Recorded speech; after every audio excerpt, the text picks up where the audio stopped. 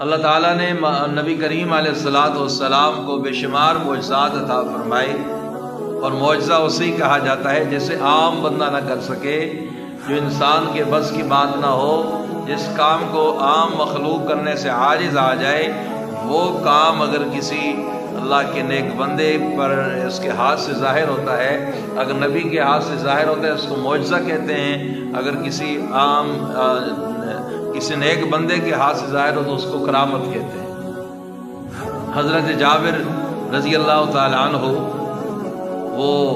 نبی علیہ السلام کی خدمت میں حاضر ہوئے، کہنے لگے یا رسول اللہ، آپ کو پتہ ہے کہ میرا ابا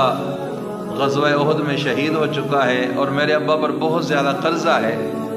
تو مجھے ڈر ہے کہ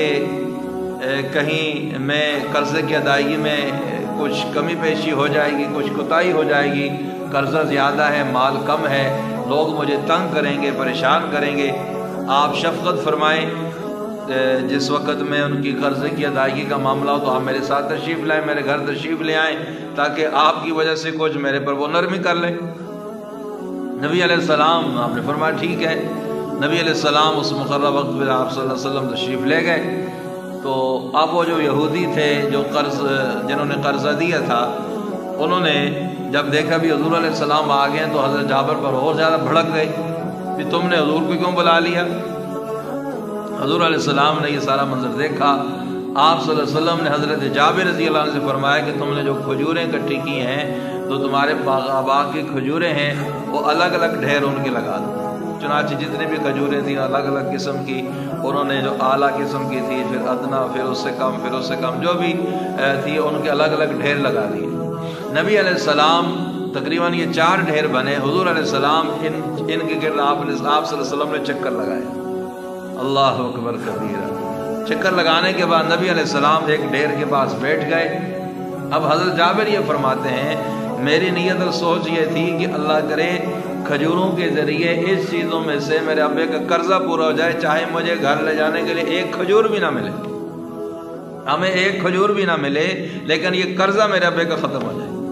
اب کہتے ہیں نبی علیہ السلام وہاں تشریف فرما ہوئے، آپ صلی اللہ علیہ وسلم نے فرمایا جابر سے بلاؤ اپنے قرض خواہوں۔ اب وہ آتے رہے، نبی علیہ السلام ان کے قرض کے مطابق قرض کے حساب سے ان کو کھجوریں دیتے رہے۔ حضرت جابر رضی اللہ عنہ فرماتے ہیں کہ میں نے یہ دیکھا کہ قرض خواہ بھی پورے بھگت گئے، قرض خواہوں نے اپنا قرضہ وصول کر لیا، اور ڈھیر جوں کا توں پڑا تھا، ایک کھجور بھی اس سے کم نہ ہوئی۔ میرے محبوب علیہ السلام کا معجزہ ہے، یہ حضور علیہ السلام کا معجزہ تھا کہ